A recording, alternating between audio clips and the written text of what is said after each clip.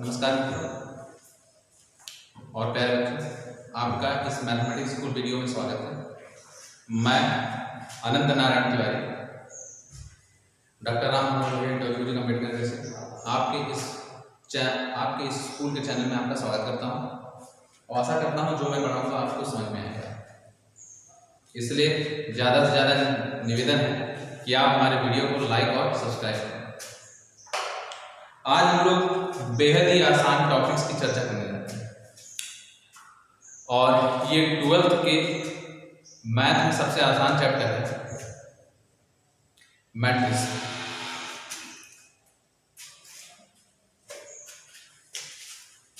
जैसे हिंदी में हम लोग आव्यूह करते हैं।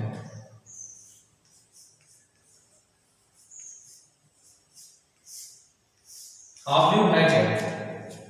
आव्यूह मैथ का एक ऐसा कंस्ट्रक्शन होता है जिसमें बड़े बड़े कई डाटा का क्या कलर इकट्ठा किया जाता है। डाटा जो हमारे पास सूचनाएं आती है उसको हम लोग क्या करते हैं, संग्रहित करते हैं, एक ब्रैकेट के अंदर संग्रहित करते हैं। वही हमारा क्या होता है, मैट्रिक्स होता है। आमतौर पे मैट्रिक्स का साइन या तो ऐसे रहता है या तो ऐसे करके लिखा जाता है। ये दो साइन में इसको लिखा जाता है, माने साइन लिखा जाता है और बाकी इसके अंदर एलिमेंट किसी तरीके से लिखे जा सकते हैं। ये जो एक एक हम लोग जो नंबर लिख रहे हैं ये हमारा क्या होता है, ये मैट्रिक्स का एलिमेंट होता है। तो इस प्रकार जो डाटा को हम लोग सजा के लिखते हैं, माने ऐसे लिखा जा सकता है।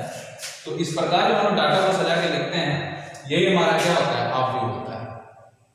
तो आव्यूह में या तो ये साइन लगाएंगे या तो हम क्या साइन लगाएंगे, ये साइन लगाएंगे, तब यही आप इस प्रकार हम लोग क्या करते हैं, आव्यूह को प्रदर्शित करते हैं।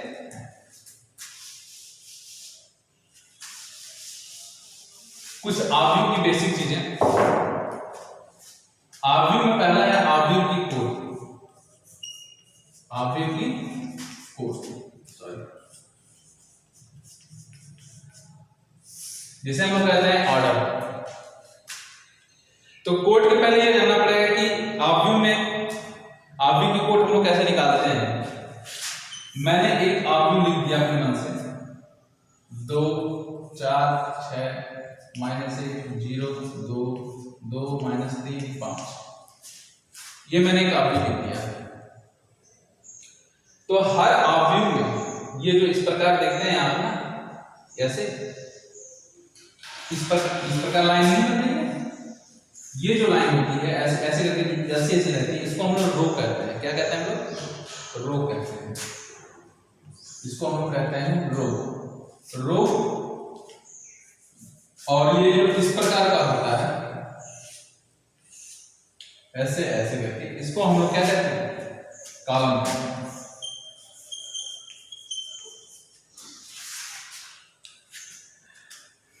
जैसे इसमें आप देख सकते हैं कितने रो हैं, पहला रो, दूसरा और तीसरा। इसमें 3 रो है।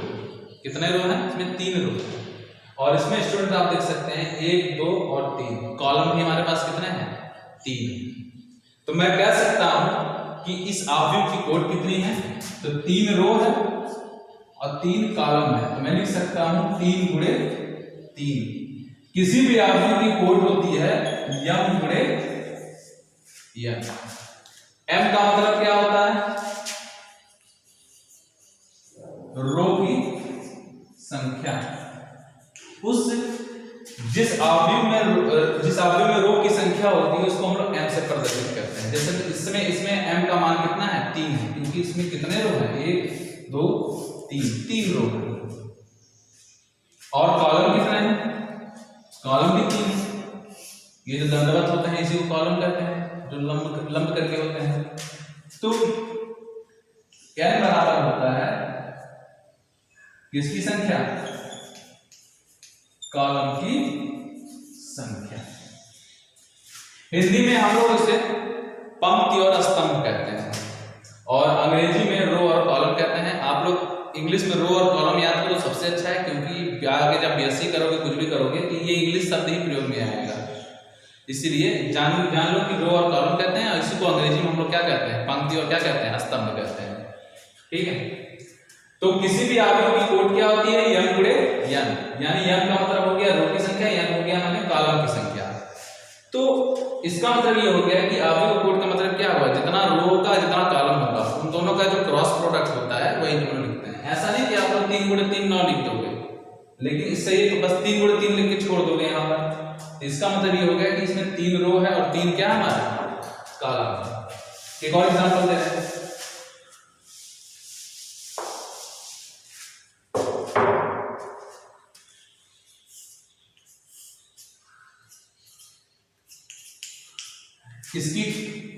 इसका कोड कितना है, तो इसे बच्चों ध्यान दोगे स्टूडेंट, पहला दो रो है और 2 हमारा क्या है कॉलम है। इसका कोड ही होगा 2 × 2। इसमें देखिए इसमें कितना रो है 1 2 और कॉलम कितना है 1 2 3 कॉलम है। मैं लिख सकता हूं कि 2 × 2 × 3, यानी इसका से पता चलता है कि इसमें 2 रो है और 3 तो क्या है कॉलम। किसी भी ऑब्जेक्ट का जो कोड होता है उसको हम लोग m × n से क्या कर सकते हैं प्रदर्शित करते हैं। यही होता है हमारा क्या ऑर्डर ऑफ मैट्रिसेस, यानी किसी भी ऑब्जेक्ट की क्या कोड।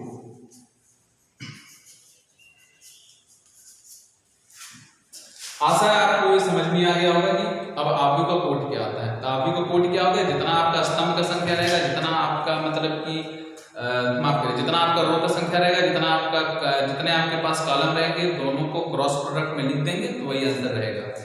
और ऐसा नहीं करना है कि 2 × 2 4 लिख देना है, 4 गलत हो जाएगा, बस 2 × 2, उससे पहचान हो जाएगा कि 2 रो है 2 क्या हमारे पास कॉलम है।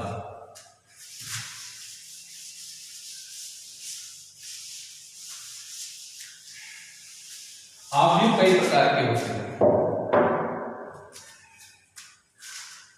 ऑब्जेक्ट के प्रकार, पहला ऑब्जेक्ट हमारा कई प्रकार का होता है, जिसमें हमारा पहला ऑब्जेक्ट है स्तंभ ऑब्जेक्ट। कौन ऑब्जेक्ट स्तंभ। स्तंभ ऑब्जेक्ट का मतलब वह ऑब्जेक्ट होता है जिसमें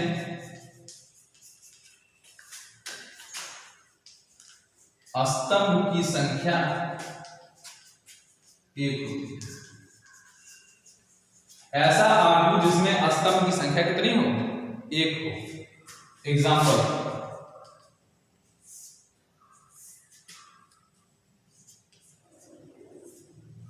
इसमें कितने स्तंभ हैं 1 स्तंभ है। इसमें रो लेवल कितने हैं रो 3 रो है, आप देख सकते हैं 1 रो 2 रो और 3 रो। 3 रो है लेकिन कॉलम देखिए एक ही कॉलम में है। तो हम कह सकते हैं कि एक ऐसा ऑब्जेक्ट माने वह ऑब्जेक्ट जिसमें स्तंभ की संख्या कितनी हो 1 हो। तो जब इसका आप कोड निकालेंगे तो कितना आएगा, तो रो 3 है और कॉलम कितना है 1, यानी 3 × 1। यहां देखिए इसका देखिए कोड कितना है 2 × 1, यानी हम कह सकते हैं कि स्तंभ ऑब्जेक्ट जो होता है उसका कोड हमेशा कितना होता है m × 1, यानी रो कितने भी हो सकते हैं लेकिन कॉलम जो होगा हमेशा कितना रहेगा 1 रहेगा। मैं जो लिखता हूं आप उसको स्टैंड नोट करते रहना। स्तंभ ऑब्जेक्ट के बाद अगला आता है पंक्ति ऑब्जेक्ट। कौन ऑब्जेक्ट पंक्ति ऑब्जेक्ट। आसान, वह ऑब्जेक्ट जिसमें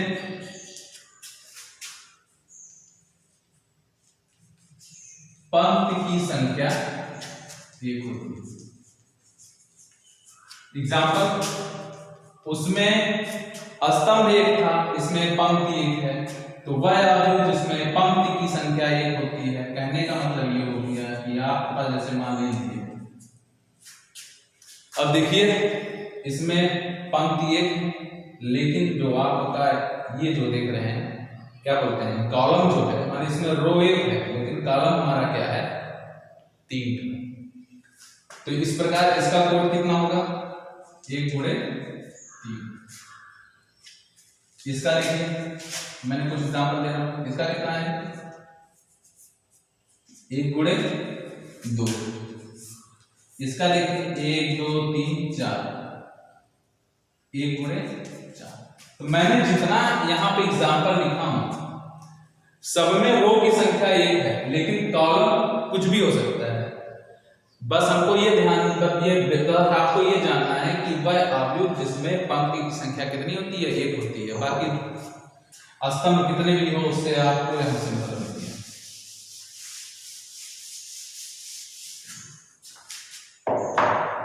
अब इसमें एक बहुत इंपॉर्टेंट आता है वर्ग अवयव।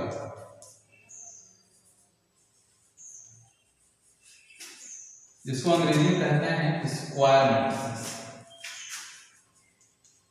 ये स्क्वायर मैट्रिसेस होता क्या है? देखिए, स्क्वायर मैट्रिसेस तब होता है जब एक ऐसा अवयव जिसमें पंक्ति की संख्या और स्तंभ की संख्या, माफ करिए मैंने रो की संख्या और कॉलम की संख्या दोनों क्या होती है? समान होती है। यानी हम कह सकते हैं कि m बराबर n होता है। उसमें m बराबर n का मतलब ये होता है, जैसे कि मैंने ये लिखा। अब इसका आपको कोड निकालना जाए, कितना आएगा?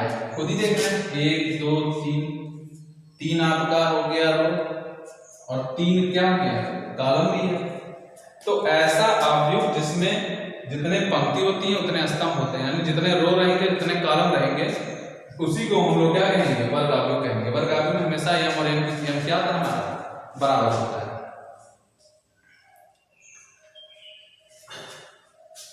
वर्ग अवयव के बाद अब तक तो हम लोग ने मैट्रिसेस का टाइप पढ़ा था।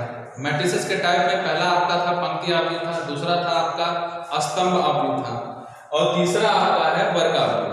अब जो हम पढ़ेंगे वर्ग अवयव के ही अंतर्गत कुछ प्रकार पढ़ेंगे।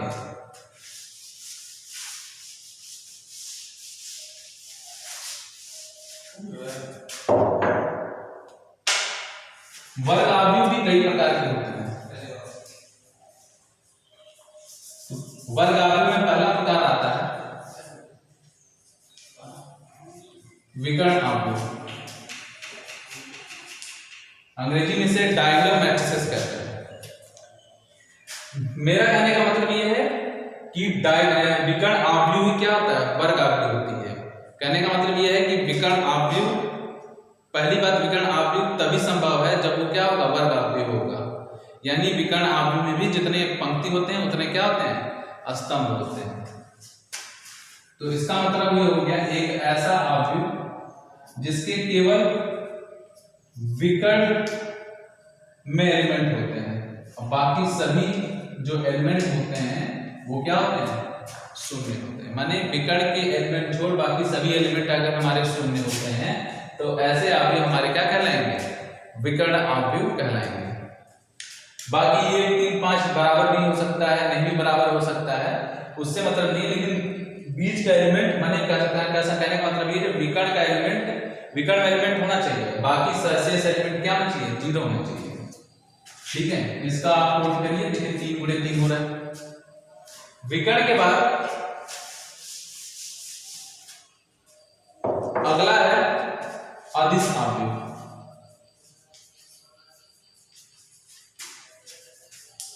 एक ऐसा अवयव, ये भी क्या होता है? एक जैसे विकर्ण अवयव क्या था? एक वर्ग अवयव था। विकर्ण अवयव वर्ग अवयव है। और अदिश अवयव क्या है? अदिश अवयव वर्ग भी है और विकर्ण भी है। बस इसमें थोड़ा सा ये अलग रहता है कि एक ऐसा वर्ग विकर्ण अवयव या एक ऐसा वर्ग अवयव जिसके विकर्ण में एलिमेंट हो, लेकिन विकर्ण के एलिमेंट क्या हो? बराबर हो। अगर 2 2 2 है, 3 3 3 है, 5 5 5 है, -2 -2 -2, माने विकर्ण में एलिमेंट होने चाहिए, लेकिन विकर्ण के एलिमेंट क्या होना चाहिए? बराबर होना चाहिए। और बाकी शेष जो एलिमेंट क्या हो? शून्य। अच्छा, आप लोग ये विकर्ण का शर्त है कि नहीं? विकर्ण अवयव का शर्त है कि नहीं? विकर्ण अवयव में जो विकर्ण छोड़ बाकी सभी एलिमेंट शून्य होते हैं कि नहीं होते हैं? हाँ, होते हैं। और साथ साथ अदिश अवयव में क्या है, लेकिन विकर्ण में ये नहीं, विकर्ण अवयव में ये नहीं कहा गया है कि बीच के जो एलिमेंट है उसको बराबर होना चाहिए, माने विकर्ण के एलिमेंट बराबर होना चाहिए। लेकिन अदिश अवयव में ये जो डायगोनल वाला एलिमेंट है ये बराबर ही होना चाहिए, बराबर ही होना चाहिए, और साथ साथ सारे जो अवयव क्या, सारे जो एलिमेंट है क्या होना चाहिए, इसको छोड़ सब शून्य होने चाहिए। ये होता है हमारा अदिश अवयव। इसका भी कोड कितना हमारा 3 गुणे 3। अदिश के बाद एक और महत्वपूर्ण है जिसको हम लोग कहते हैं तत्समक अवयव। अंग्रेजी में से, अंग्रेजी बता दें इसका, क्योंकि अंग्रेजी में से लिखा जाता है आइडेंटिटी मैट्रिसेस, इसको कहते हैं। एक ऐसा अवयव जिसके विकर्ण के एलिमेंट 1 1 1 माने 1 1 1 लिखा हो, माने बराबर तो होता है लेकिन 2 2 3 3 3 5 5 ऐसे नहीं लिखा जाता, 1 1 1 लिखा, और बाकी सभी शेष एलिमेंट कितने हैं, शून्य। ऐसे अवयव को हम लोग कहते हैं विकर्ण अवयव। ये भी एक विकर्ण अवयव, लेकिन ये 2 गुणे 2 का और ये 3 का राशि किसका है, 3 का। विकर्ण अवयव, तत्समक अवयव को हम लोग आई से भी प्रदर्शित करते हैं। तत्समक अवयव को हम लोग आई से करते हैं क्योंकि आई बराबर क्या होता है, आइडेंटिटी मैट्रिसेस होता है। और एक और इसमें है जीरो जीरो मैट्रिसेस, या कहीं कहीं इसे हम लोग नल मैट्रिसेस भी कहते हैं, जिसे हिंदी में कहते हैं हम लोग शून्य अवयव। एक ऐसा अवयव जिसके सारे एलिमेंट क्या हो, शून्य हो, उस अवयव को हम लोग कहते हैं नल मैट्रिसेस, या कहते हैं शून्य अवयव। जैसे ये 1 गुणे, एक और हम लिखते हैं 0 0 0 0, ये भी आपका कौन सा अवयव है, शून्य अवयव, क्योंकि सारे एलिमेंट क्या है, शून्य है। इसका जो कोटि होगा 2 गुणे 2 होगा। आपने अच्छे से समझ लिया होगा कौन अवयव किस प्रकार का है, और मैं जैसे से बता रहा हूं आप उस प्रकार का करके अपने कॉपी में नोट करते जाइए, ये आपके लिए अच्छा होगा।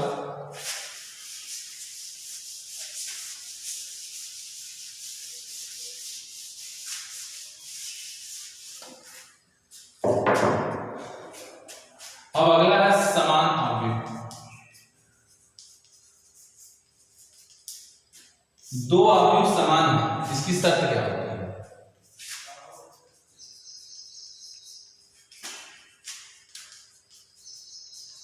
होने की शर्त।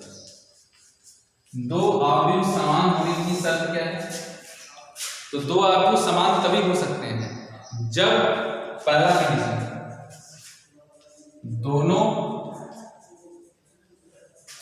अवयव की कोटि बराबर हो। दोनों अवयव की क्या हो, कोटि, दोनों अवयव की कोटि क्या होनी चाहिए, बराबर होनी चाहिए।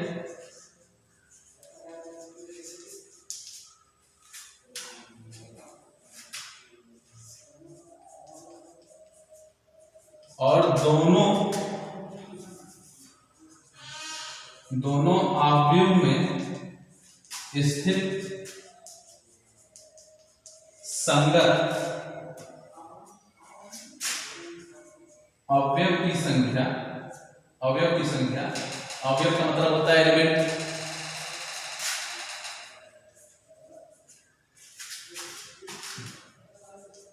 संख्या क्या चाहिए, बराबर। 2 अवयव बराबर कब हो सकते हैं, 2 अवयव तभी बराबर हो सकते हैं जब दोनों अवयव की कोटि क्या हो, बराबर हो। यानी पहला अवयव आपका 3 गुणे 3 का है, दूसरा भी 3 गुणे 3 का होना चाहिए। अगर पहला 2 गुणे 5 का है, दूसरा भी 2 गुणे 5 का होना चाहिए। और दूसरा क्या सकता है, साथ में दोनों अवयव में स्थित संगत अवयव की संख्या क्या हो, बराबर हो। इसको आप नोट कर लीजिएगा, वीडियो पॉज करके, ठीक है।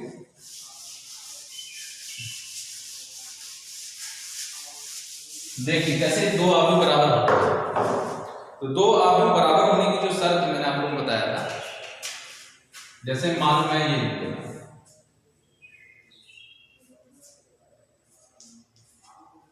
ये कितना है 2 गुणे 2, ये आप भी है मैंने मान लिया ठीक।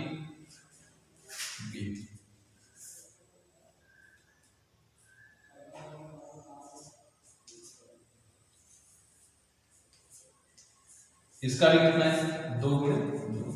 ये दोनों आप भी बराबर है। क्यों बराबर है? दोनों का कोटि क्या है बराबर है। और साथ साथ मैंने ये लिखा था कि संगत अवयव की संगत अवयव भी क्या बराबर बनती है। यानी या आपका देखो यहाँ 3 लिखा तो यहाँ भी 3 लिखना चाहिए, यहाँ 4 लिखा तो यहाँ भी 4, यहाँ 5 लिखा तो यहाँ 5, यहाँ 6 लिखा है तो यहाँ 6। तो ये बराबर कितना हो गया? यही समान अवयव का हमारा क्या शर्त है। अगर यहाँ पे 7 लिखा होता तब ये बराबर नहीं होता। या फिर अगर मैं इसका कोटि बढ़ा दूं, कोटि में कुछ परिवर्तन कर दूं, तब भी बराबर नहीं होता। तो बराबर होने की शर्त क्या है कि जो यहाँ पे जिस पोजीशन पे जो एलिमेंट है उस पोजीशन पे वो एलिमेंट होना चाहिए और दोनों की कोटि भी क्या होनी चाहिए बराबर होना चाहिए। तभी हमारा कोई अवयव क्या हो सकता है बराबर हो सकता है। तभी उसको हम कौन सा अवयव लिख सकते हैं? समान अवयव लिख सकते हैं। तो ये बच्चों हो गई समान अवयव की शर्त हो गई। और आज का ये वीडियो समाप्त करते हैं। जो भी सुझाव होगा आप दीजिएगा।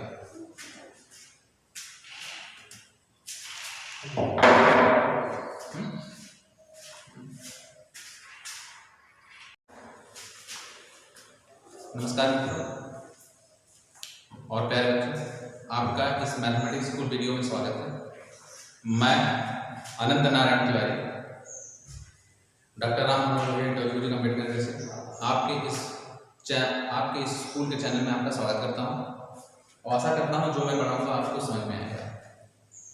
इसलिए ज़्यादा से ज़्यादा निवेदन है कि आप हमारे वीडियो को लाइक और सब्सक्राइब करें।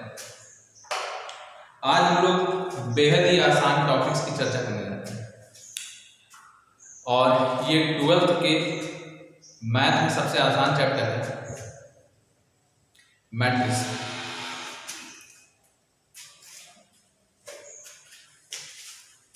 जैसे हिंदी में हम लोग अवयव कहते हैं।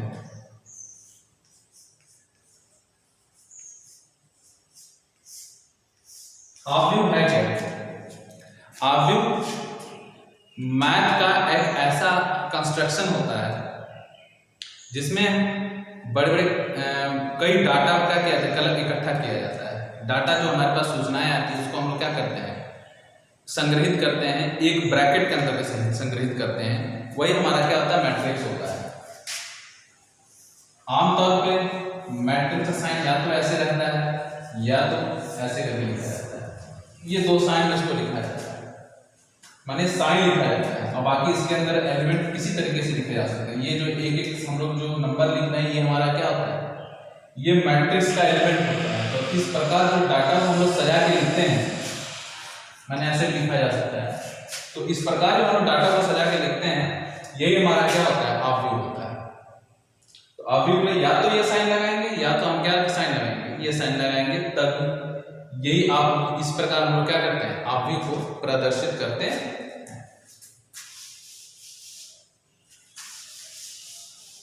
कुछ अवयव की बेसिक चीजें। अवयव में पहला है अवयव की कोटि। अवयव की कोटि जिसे हम लोग कहते हैं ऑर्डर। तो कोट के पहले ये जानना पड़ेगा कि अवयव की कोट हम लोग कैसे निकालते हैं।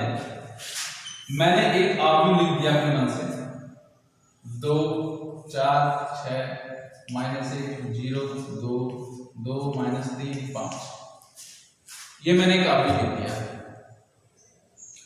तो हर अवयव में ये जो इस प्रकार देखते हैं आप ना ऐसे इस प्रकार लाइन नहीं बनती है।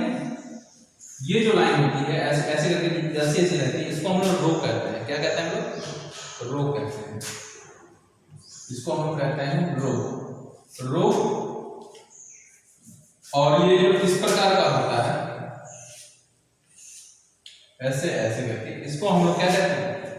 कॉलम कहते हैं।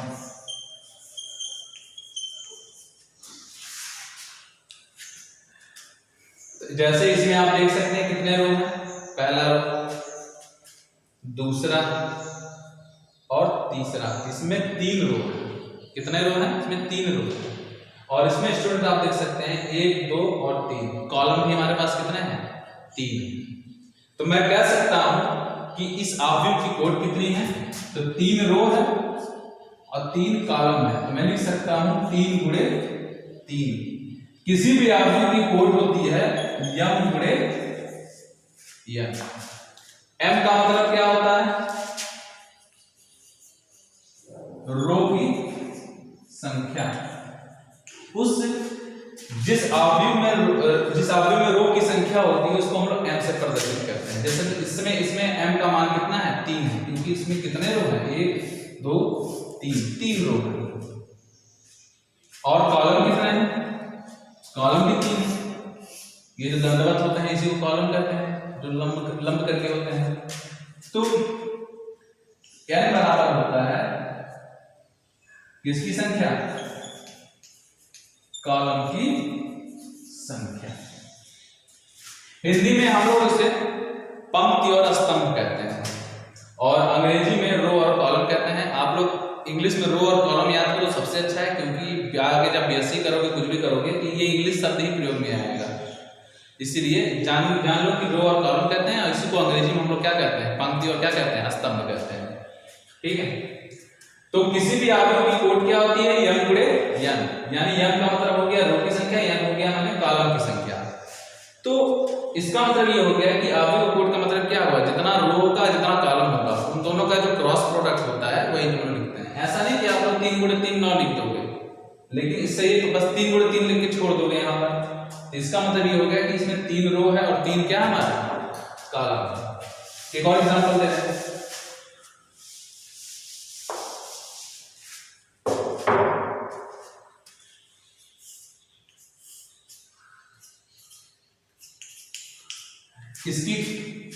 इसका कोट कितना है? तो इसे बच्चों ध्यान दोगे स्टूडेंट।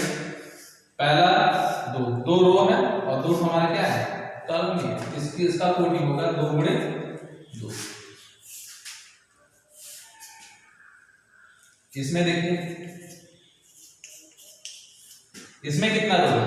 1 2 और कॉलम कितना है?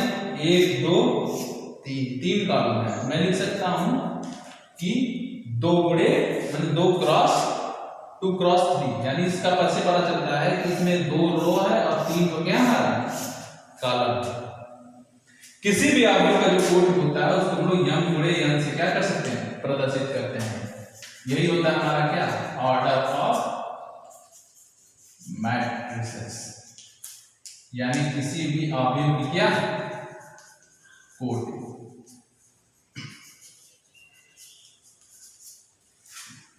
आशा है आपको ये समझ में आ गया होगा कि अब आव्यूह का कोट क्या आता है। तो आव्यूह का कोट क्या होगा? जितना आपका स्तंभ का संख्या रहेगा, जितना आपका मतलब कि माफ करें, जितना आपका रो का संख्या रहेगा, जितने आपके पास कॉलम रहेंगे, दोनों को क्रॉस प्रोडक्ट में लिख देंगे तो वही आंसर रहेगा। और ऐसा नहीं करना है कि 2 गुणे 2 4 लिख देना है, 4 गलत हो जाएगा। बस 2 गुणे 2, उससे पहचान जाएगा कि 2 रो है, 2 क्या हमारे पास? कॉलम है।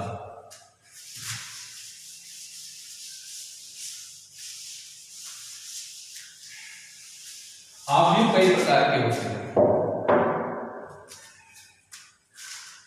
आव्यूह के प्रकार। पहला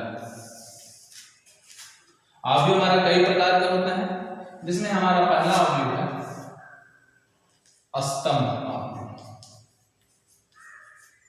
कौन आव्यूह? स्तंभ आव्यूह। स्तंभ आव्यूह का मतलब वह आव्यूह होता है जिसमें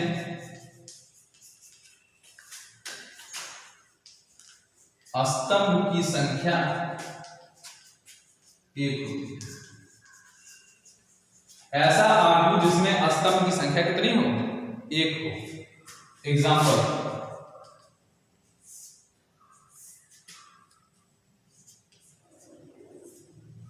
इसमें कितने स्तंभ हैं? 1 स्तंभ है। इसमें रो लेवल कितने हैं? रो 3 रो है। आप देख सकते हैं 1 रो 2 रो और 3 रो। 3 रो है लेकिन कॉलम देखिए एक ही कॉलम में है। तो हम कह सकते हैं कि एक ऐसा अवयव माने वह अवयव जिसमें स्तंभ की संख्या कितनी हो, एक हो। तो जब इसका आप कोटि निकालेंगे कितना आएगा, तो रो 3 है और कॉलम कितना है जी 1, यानी 3 गुणे 1। यहां देखिए इसका देखिए कोटि कितना है 2 गुणे 1, यानी हम कह सकते हैं कि स्तंभ अवयव जो होता है उसका कोटि हमेशा कितना होता है m गुणे 1, यानी रो कितने भी हो सकते हैं लेकिन कॉलम जो होगा हमेशा कितना रहेगा, 1 रहेगा। मैं जो लिखता हूं आप उसको स्टैंड नोट करते रहना। स्तंभ अवयव के बाद अगला आता है पंक्ति अवयव। कौन अवयव, पंक्ति अवयव। आसान वह अवयव जिसमें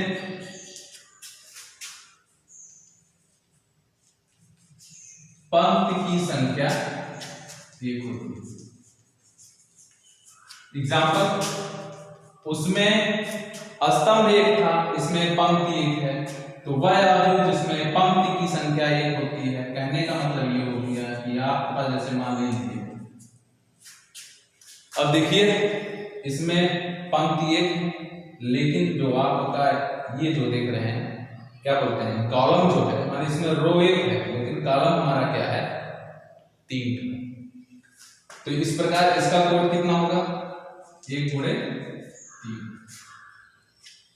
इसका देखिए मैंने कुछ एग्जाम्पल दे रहा हूं, इसका कितना है 1 गुणे 2। इसका देखिए 1 2 3 4, 1 गुणे 4। तो मैंने जितना यहाँ पे एग्जाम्पल लिखा हूं सब में रो की संख्या 1 है लेकिन कॉलम कुछ भी हो सकता है।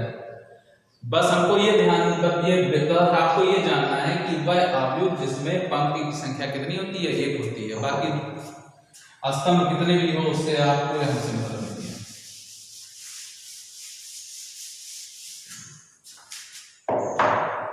अब इसमें एक बहुत इंपॉर्टेंट आता है वर्ग अवयव।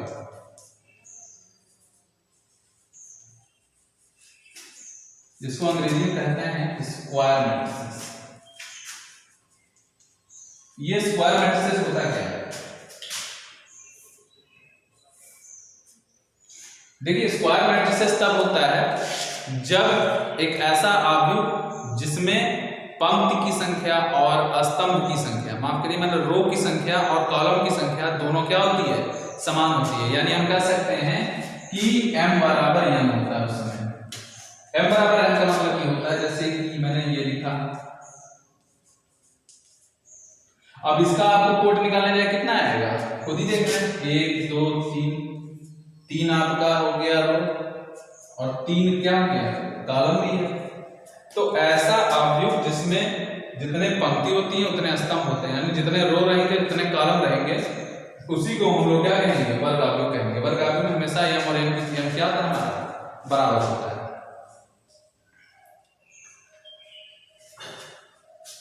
वर्ग अवयव के बाद अब तक तो हम लोग ने मैट्रिसेस का टाइप पढ़ा था। मैट्रिसेस के टाइप में पहला आपका था पंक्ति अवयव था, दूसरा था आपका स्तंभ अवयव था और तीसरा आपका है वर्ग अवयव। अब जो हम पढ़ेंगे वर्ग अवयव के ही अंतर्गत कुछ प्रकार पढ़ेंगे।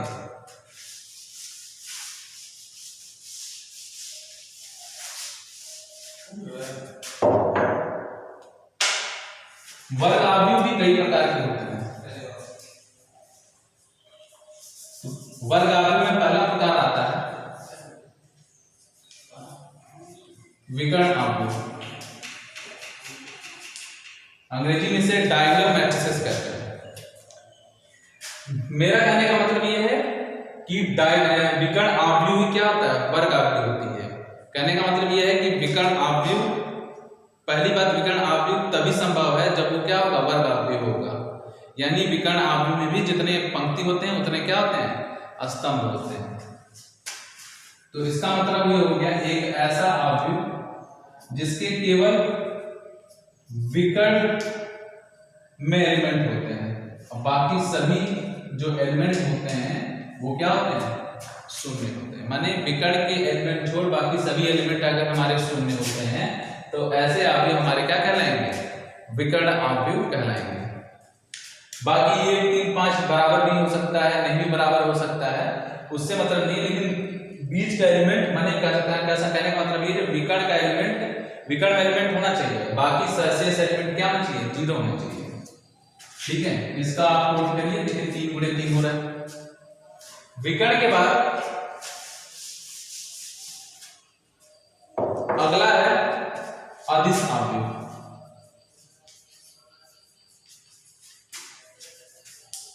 एक ऐसा आव्यूह, ये भी क्या होता है, एक जैसे विकर्ण आव्यूह क्या था, एक वर्ग आव्यूह था, विकर्ण आव्यूह वर्ग आव्यूह है, और अदिश आव्यूह क्या है, अदिश आव्यूह वर्ग भी है और विकर्ण भी है। बस इसमें थोड़ा सा ये अलग रहता है कि एक ऐसा वर्ग विकर्ण आव्यूह या एक ऐसा वर्ग आव्यूह जिसके विकर्ण में एलिमेंट हो, लेकिन विकर्ण के एलिमेंट क्या हो, बराबर हो। अगर 2 2 2 है, 3 3 3 है, 5 5 5 है, -2 -2 -2, माने विकर्ण के एलिमेंट, विकर्ण में एलिमेंट होने चाहिए, लेकिन विकर्ण के एलिमेंट क्या होना चाहिए, बराबर होना चाहिए, और बाकी शेष जो एलिमेंट क्या हो, शून्य।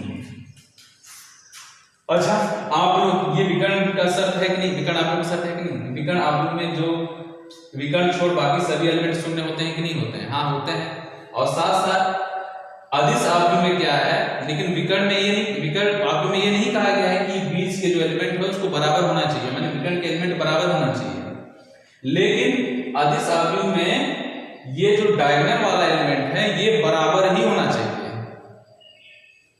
बराबर ही होना चाहिए, और साथ साथ सारे जो आव्यूह क्या, सारे जो एलिमेंट है क्या होना चाहिए, इसको छोड़ सब शून्य होने चाहिए। ये होता है हमारा अदिश आव्यूह। इसका भी कोड कितना हमारा 3 गुणे 3 है। अदिश के बाद एक और महत्वपूर्ण है, जिसको हम लोग कहते हैं तत्समक आव्यूह। अंग्रेजी में से, अंग्रेजी बता दें इसका, क्योंकि अंग्रेजी में से लिखा जाता है आइडेंटिटी मैट्रिसेस, इसको कहते हैं। एक ऐसा आव्यूह जिसके विकर्ण के एलिमेंट 1 1 1 माने 1 1 1 लिखा हो, माने बराबर तो होता है, लेकिन 2 2 3 3 3 5 5 ऐसे नहीं लिखा जाता, 1 1 1 लिखा, और बाकी सभी शेष एलिमेंट कितने हैं, शून्य। ऐसे आव्यूह को हम लोग कहते हैं विकर्ण आव्यूह। ये भी एक विकर्ण आव्यूह है, लेकिन ये 2 गुणे 2 का, और ये 3 का राशि किसका है, 3 का। विकर्ण आव्यूह, तत्समक आव्यूह को हम लोग आई से भी प्रदर्शित करते हैं। तत्समक आव्यूह को हम लोग आई से करते हैं, क्योंकि आई बराबर क्या होता है, आइडेंटिटी मैट्रिसेस होता है। और एक और इसमें है जीरो मैट्रिसेस, या कहीं कहीं इसे हम लोग नल मैट्रिसेस भी कहते हैं, जिसे हिंदी में कहते हैं हम लोग शून्य आव्यूह। एक ऐसा आव्यूह जिसके सारे एलिमेंट क्या हो, शून्य हो, उस आव्यूह को हम लोग कहते हैं नल मैट्रिसेस, या कहते हैं शून्य आव्यूह कहते हैं। जैसे ये 1 गुणे 1, एक और हम लिखते हैं 0 0 0 0, ये भी आपका कौन सा आव्यूह है, शून्य आव्यूह, क्योंकि सारे एलिमेंट क्या है, शून्य है। इसका जो कोड होगा 2 गुणे 2 होगा। आपने अच्छे से समझ लिया होगा कौन आव्यूह किस प्रकार का है, और मैं जैसे जैसे बता रहा हूं आप उस प्रकार का करके अपने कॉपी में नोट करते जाइए, ये आपके लिए अच्छा होगा।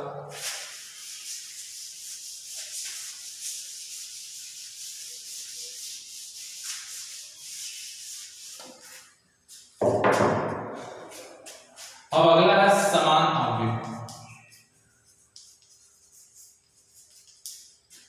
2 आव्यूह समान है, इसकी शर्त क्या होती है,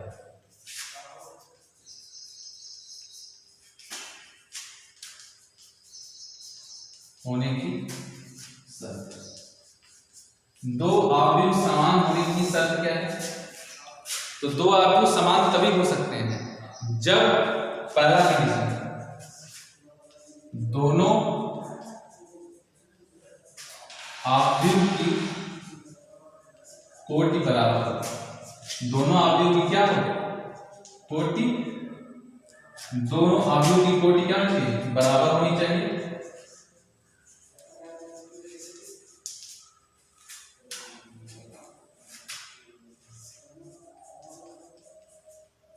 और दोनों अवयव में स्थित संगत अवयव की संख्या, अवयव का मतलब होता है एलिमेंट,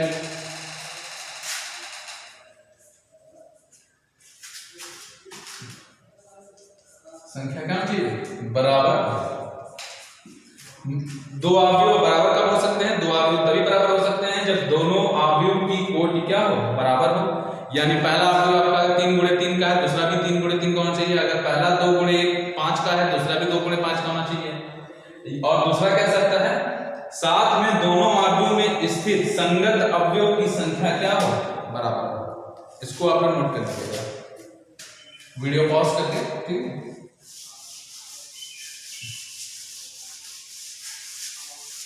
देखिए कैसे दो अवयव बराबर होते हैं। तो दो अवयव बराबर होने की जो शर्त मैंने आप लोगों को बताया था, जैसे मान लो मैं ये लिख दूंगा,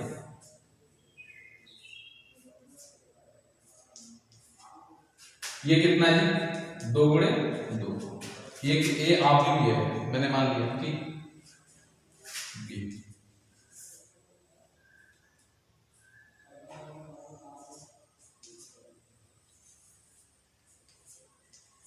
इसका भी कितना है, 2 गुणे 2। ये दोनों अवयव बराबर है, क्यों बराबर है, दोनों का कोटि क्या है, बराबर है। और साथ साथ मैंने ये लिखा था कि संगत अवयव की संगत अवयव भी क्या बराबर बनती है। यानी यहाँ पर यहाँ 3 लिखा तो यहाँ भी 3 लिखना चाहिए, यहाँ 4 लिखा तो यहाँ भी 4, यहाँ 5 लिखा तो यहाँ 5, यहाँ 6 लिखा है तो यहाँ 6, तो ये बराबर कितना हो गया, यही समान अवयव का हमारा क्या शर्त है। अगर यहाँ पर 7 लिखा होता तब ये बराबर नहीं होता, या फिर अगर मैं इसका कोटि बढ़ा दूं, कोटि में कुछ परिवर्तन कर दूं, तब भी बराबर नहीं होता। तो बराबर होने की शर्त क्या है कि जो यहाँ पे जिस पोजीशन पे जो एलिमेंट है उस पोजीशन पे वो एलिमेंट होना चाहिए और दोनों की कोटि भी क्या होनी चाहिए, बराबर होना चाहिए, तभी हमारा कोई अवयव क्या हो सकता है, बराबर हो सकता है। तभी इसको हम कौन सा अवयव लिख सकते हैं, समान अवयव लिख सकते हैं। तो ये बच्चों हो गई समान अवयव की शर्त हो गई। और आज का ये वीडियो समाप्त करते हैं, जो भी सुझाव होगा आप दीजिएगा।